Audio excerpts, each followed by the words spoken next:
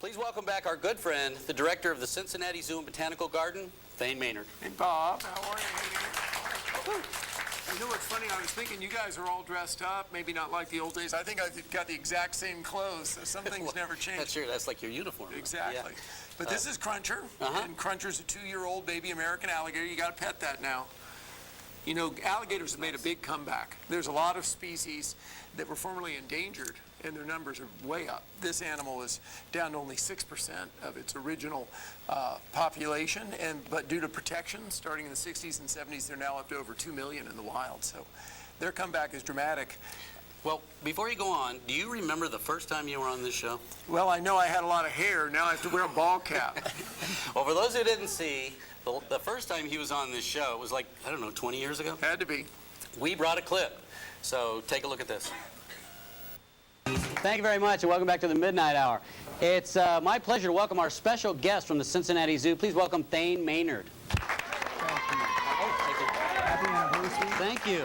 Pat, happy anniversary. It's a pleasure having you on the program. Well, it's fun. You know, I'd heard from Jan Dietrich, my friend Catherine Hilker. The zoo's we'd love to come down here, especially during anniversary, so we figured you'd be here for your 4th. That's great. And so we brought a special guest, in fact, my favorite animal in the whole wide world, the American alligator. You can hold it, you're a biologist. Oh, okay. All right, there you go. Many people may not know that. By the way, I want to say, I've never seen the show before tonight because I don't get cable TV at our house.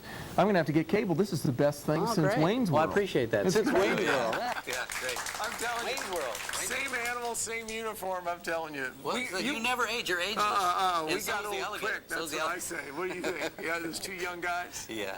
Yeah, but the alligator didn't grow much, did it? No, exactly the same as Exactly. 20 years ago.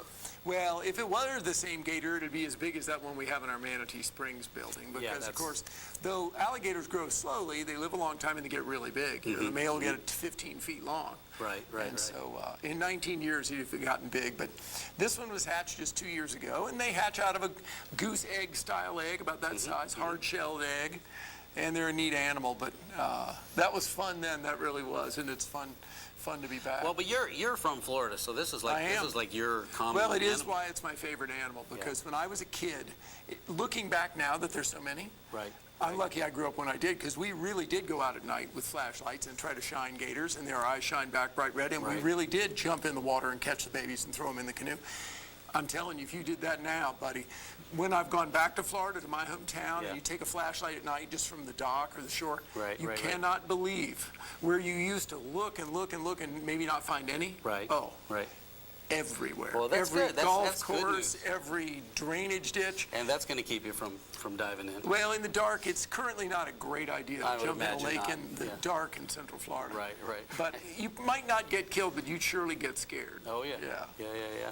But gators are good guys, and they are an example. There's room for wildlife and people together, because these 2 million gators live in places like Florida and South Carolina and, you know, on around to Texas. So they live right where people are too. So there's a way that there's room for both. They don't tend to be dangerous to humans.